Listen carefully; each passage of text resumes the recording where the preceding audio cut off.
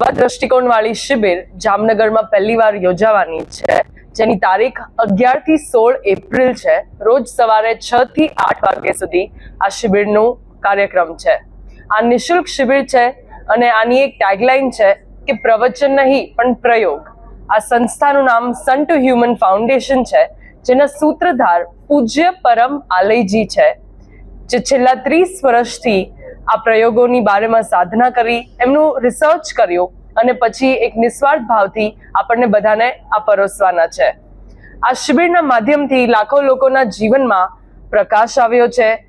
કોઈના BP, diabetes, cholesterol, thyroid ઇમ્બેલેન્સીસ હોય કે કોઈ પણ જાતની શારીરિક અને માનસિક બીમારીઓ હોય, એ કઈ રીતે દૂર થઈ શકે એનો આ કોન્સેપ્ટ છે.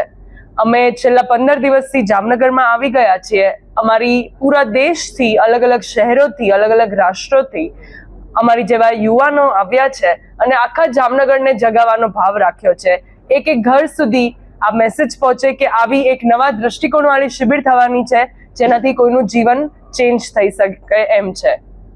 અને આ શિબિરનું આયોજન આપણે શહેરના સેન્ટરમાં જ, ઓસવાલ્ડ સેન્ટરમાં થવાની છે અને ત્યાં સવારે પણ 6 થી 8 છે અને 3 દિવસ સાંજે પણ પ્રોગ્રામ છે. 13, 14 અને 15 તારીખ સાંજે પણ 6 થી 8 પ્રોગ્રામ છે. અત્યારે અમારા 6000 થી પણ વધારે રજીસ્ટ્રેશન્સ થઈ ગયા છે અને અમે લોકોએ રજીસ્ટ્રેશન્સ ક્લોઝ કરી દીધા છે.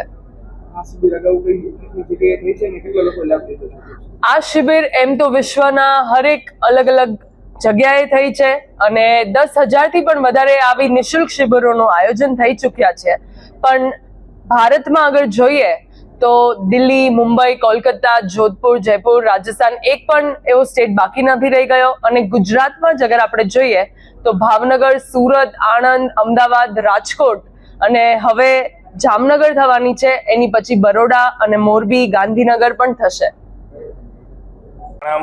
હું સંજય ડોબરિયા. જામનગરમાં પ્રથમ વખત નવા દ્રષ્ટિકોણવાળી શિબિર થવા જઈ રહી છે, જેના મુખ્ય આયોજક તરીકે હું સંજય ડોબરિયા. મેં નવા દ્રષ્ટિકોણવાળી શિબિરનો આણંદમાં અનુભૂતિ કર્યા બાદ મને અનુભવ્યું કે હું અને મારો પરિવાર આમાં જરૂર જોડાઈશ. જ્યારે મને વિચાર આવ્યો કે જામનગર આખું મારી પરિવાર છે, એમ સમજી મેં પહેલીવાર જામનગર માટે આ નવા દ્રષ્ટિકોણવાળા શિબિરનું આયોજન કર્યું છે. અને મેં જે છેલ્લા 15 દિવસમાં મેં 5000ની આજુબાજુમાં રજીસ્ટર થશે એવો વિચાર કરીને ચાલ્યો હતો, ત્યારે આજે 6000 પ્લસ આનું રજીસ્ટ્રેશન થયું છે.